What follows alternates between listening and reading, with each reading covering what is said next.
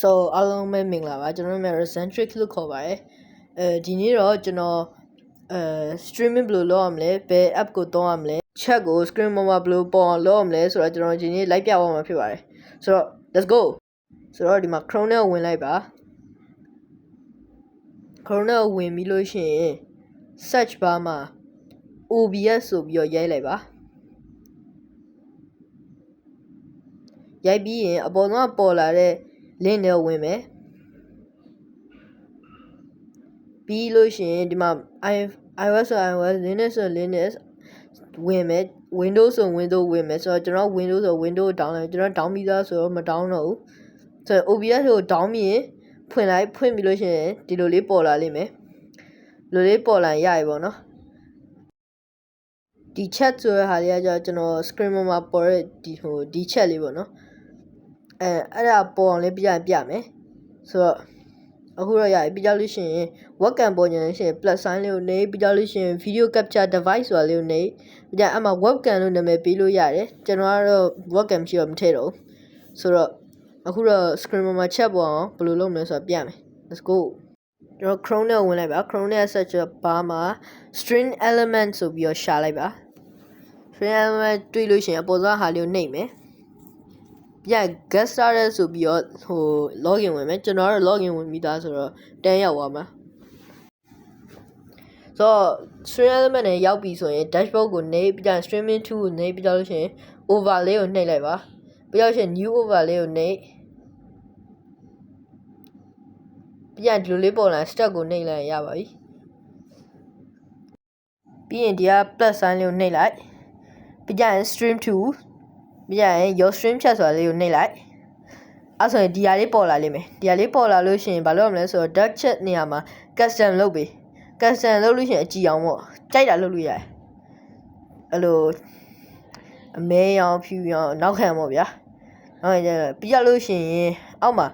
message are delay 2 seconds ဆိုတဲ့နေရာမှာကျွန်တော်တို့0ထားပေးရဒါလေးကိုဟိုးအောက်ဆုံး0ထားပေးရမယ်ဆိုရင်ဒါဆိုရင်ရပြီပြီးရလို့ရှိရင်ညာဘက်တောင်းက save လေးကိုနှိပ်ပြီးလို့ရှိရင် link လေးကို copy ယူပေါ့နော် link လေးကိုနှိပ်လိုက်တာ copy ယူပါပြီးရလို့ရှိရင်ဒီထဲကိုသွားပြီးရင် browser ထဲကိုသွားပြီးတော့ chat ဆိုပြီးနာမည်ပေးလိုက်ပေါ့ကိုကြိုက်တာနာမည်ပေးလို့ရဒါပေမဲ့ကျွန်တော် chat ဆိုပြီးနာမည်ပေးရကျွန်တော်မှရှိပြီးသားဆိုတော့နာမည်ပေးလို့မရဘူးဆိုတော့ကျွန်တော်နောက်ကနံပါတ်လုံးထည့်လိုက်မယ်ပြီးကြခုန copy လာတဲ့ link ကိုအထဲမှာထည့်လိုက်ဟိုကွယ်သွားလို့ပေါ့နော်ကျွန်တော်မထည့်တော့ဘူး okay အဲ့ဆိုရင်ရပါပြီလို့ရှိရင် YouTube မှာ stream နေတယ်ဆိုရင် YouTube ဝင်ပြီးလို့ရှိရင်ညာဘက်က create ကိုနှိပ် go live ကိုနှိပ်ပြီးကြလို့ရှိရင်ခဏလေးနော်ကျွန်တော် line မကောင်းလို့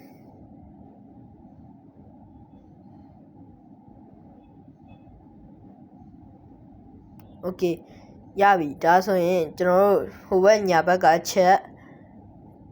ဒီမှာဒီထဲမှာကျွန်တော်တို့ဒီမှာဒီ key ကိုပေါ့နော် copy ယူလိုက်ဒီဟာကို copy ယူလိုက်ယူပြီးလို့ရှိရင်OBS ကိုသွား setting နဲ့ဝင်ဒီအောက်ဆုံးတောက်မှာပေါ့နော် setting နဲ့ဝင်ပြီးရင်ဘယ်ဘက်က string လေးကိုဝင်လိုက်ဝင်ပြီးလို့ရှိရင်အဲ့မှာခုန copy လုပ်လာတဲ့ stream key တွေကိုဒီထဲမှာ paste လုပ်လိုက်ပြီးကြလို့ရှိရင် OBS အပေါ်ကဒီဟာကိုကြတော့ YouTube ကိုသွားဒီဟာကိုခဏပိတ်လိုက်ပိတ်ပြီးလို့ရှိရင်ဒီ string URL ဆိုတဲ့ဟာလေးကို copy ပြီးညာဘက်က copy ဆိုတဲ့ဟာလေးကိုနှိပ်ပြီးရင်ခုနနေရာမှာသွားထည့်လိုက်ရိုက်ပေါ့နော်ဒီဟာလေးကကြတော့title တွေ description တွေပါပြောင်းတာပေါ့ပြန် thumbnail ဆိုရင်ဒီမှာပြောင်းလို့ရတယ်ဒီနေရာမှာပြောင်းတာပြီးကြလို့ရှိရင်ရပြီဆိုတော့ဒါပါပဲဆိုတော့အားလုံးပဲအဆုံးထိကြည့်ပြီးလို့ကျေးဇူးတင်ပါတယ်ကျွန်တော်တို့ဒီညလည်း9 နာရီခွဲကြာရင် stream ရှိရယ်နော်ဆိုတော့ကျွန်တော် stream မှာစောင့်နေမယ်အားလုံး guys bye bye